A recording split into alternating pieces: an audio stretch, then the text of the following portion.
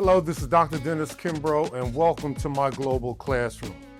Well, allow me to give a well-deserved Happy Father's Day shout out to all the dads who serve and play the role that only a father can do, as well as recognize the positive influence that fathers have on the lives of children. But Father's Day is not just about you and your dad.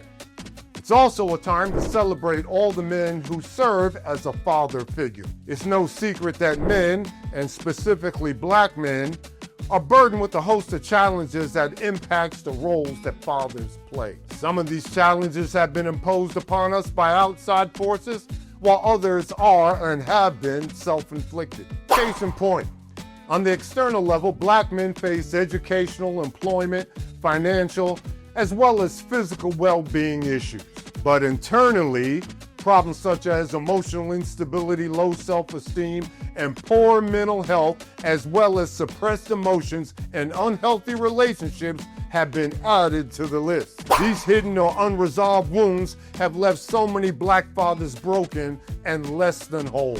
As a college professor, there's no shortage of research that have analyzed and offered possible solutions to these external problems. So many researchers are quick to point out that by addressing racism and discrimination, or even developing governmental programs, well, they could quickly alleviate these problems. But what about internally?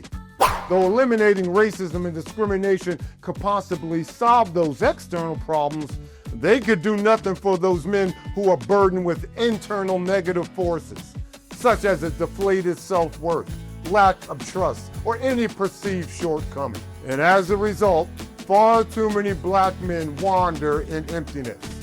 And now the question begs asking, what is the answer to all that ails black men, either socially, emotionally, and spiritually? Well, I'm gonna read to you a letter that will offer a clue. Nearly 25 years ago, I received a letter from an individual who had responded to my request. As part of the research of my fourth book, What Keeps Me Standing, I had crisscrossed the nation and I asked black grandmothers a simple question. If you could only write one letter to your children or your grandchildren or to the next generation, what would you tell them about life? Over a 5-year period, I received more than 1,000 letters from every type of black grandmother under the sun. From doctors and lawyers to cooks and domestics, from teachers and nurses to day laborers and assembly line workers. In short, countless black women carved out a piece of their day in order to address my simple question. Well, on January 20th, 2001, I received a letter from a black grandmother right here in Educator, Georgia, who entitled her letter, A Real Man. And as I continue to read, I quickly discovered that this kind soul not only answered my request, but she addressed those issues regarding those self-imposed limitations that so many black men face. And what does she know? Just the basics: love, kindness, patience, and an enduring faith. So here goes, and I quote, "As women, we are the individuals who can really impact our men to be better husbands, better fathers, and better sons. I've always played an active role in shaping the character of my son and grandsons.